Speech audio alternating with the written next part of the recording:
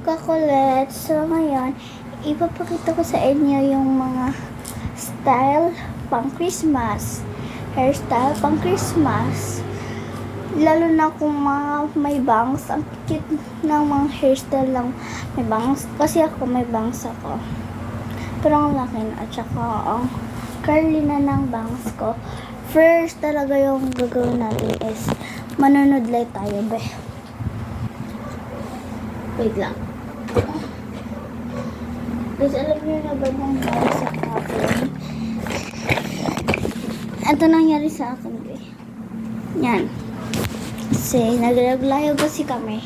Noon, nag-jump kami. Tapos ayun, bigla na lang ako kasi sinupuan ako. Ano ba? Basta, nasamad na lang ako. Basta pag-jump yun, nasamad ako.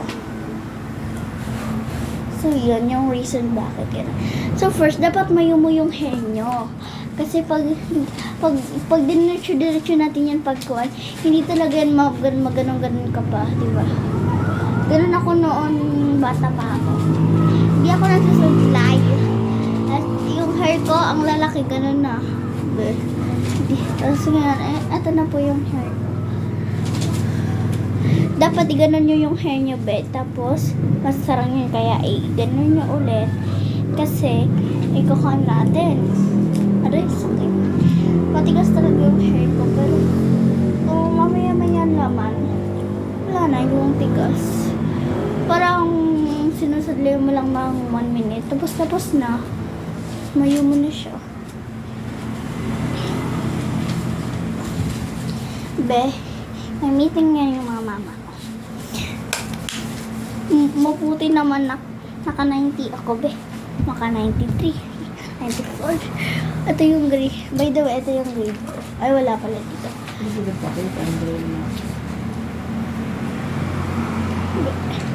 Pero hindi ko rin pakita yung grade ko because baka palang bulbash.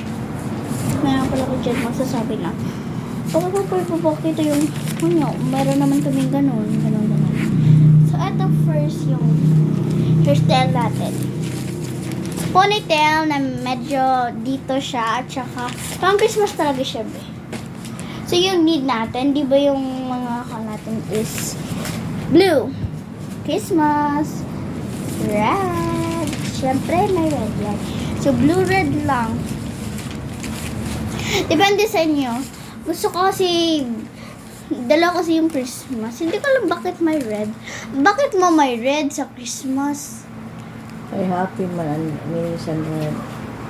Ah, ganun pala. So, mas maganda kasi yung blue lang. Kasi pang Christmas talaga. So, blue, depende sa inyo kung meron kayong white na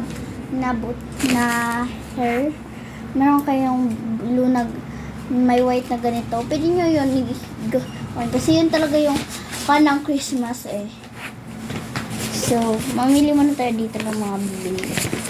O magkukuha tayo dito, be. Wait lang, be. Kasi ang dami dito ang butok, be. Binubuo ko sila. Ito ko. Yan na. Kita nyo, be? Yan. Makakakalits. Ang ganda ng mga ganito. Alam nyo, tag 20 lang to or 25. Nakikita lang to sa akin sa mga store. At saka, na-amaze ako kasi ang ganda niya sa oten. Isang ganun lang talagang makakuha ka na ma-amaze ka na, be. Ang galing niya kasi yung suotin. So, let's try this. Yan, dito tayo magpo-ponytail ganon, like that. So, kailangan natin ng mirror, pero dun kayo na akin ilalagay para makaan. So, ito naman yung butok eh. Wait lang, masakit yung pa ako, be. Wait lang. Dito. Part 2 na lang, be. Kung gusto niyo pa manood. Part 2 na lang, ma. Wag na lang. So, part 2 na lang, be, kasi gagamitin ni mama yung cellphone kasi. So, bye-bye. Bye-bye, mga kakulets. Love you all. Bye.